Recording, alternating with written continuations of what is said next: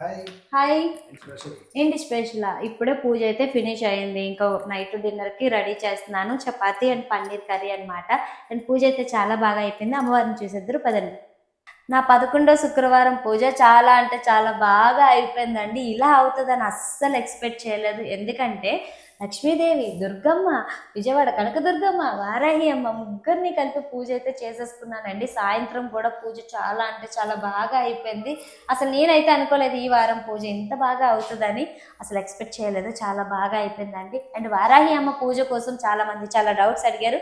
బయట కూడా కనిపించి చాలామంది అడిగారు. వాట్సాప్, ఇన్స్టాలో మెసేజ్ చేసి మరీను అందరికీ కూడాను నేను ఎలా చేసుకున్నాను, ఎలా పూజకన్నీ అమర్చుకున్నానని ప్రతి ఒక్కటి కూడా క్లియర్గా కూడా ఫుల్ లెంత్ వీడియో ఈరోజు అప్లోడ్ చేస్తున్నానండి. ఒకసారి వెళ్ళి చూడండి. యూట్యూబ్లో సేమ్ ఐడి ఉంటుందండి, వైజాగ్ పిల్ల ఆశానే ఉంటుంది. మీరు ఒకసారి వెళ్ళి చూడండి. కొత్తగా ఎవరైనా విజిట్ చేసిన వాళ్ళు ఉంటే సబ్స్క్రైబ్ చేసుకొని మీ వైజాగ్ పిల్ల ఇంకొంచెం ముందుకు నడిపించండి.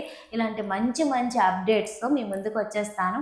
అంతేకాదు ఈ వారం పూజ ఎలా ఉందో కామెంట్ చేయండి. ఈ వారం పూజ అయితే చాలా బాగా అయిపోయింది. నాకైతే చాలా హ్యాపీగా ఉంది.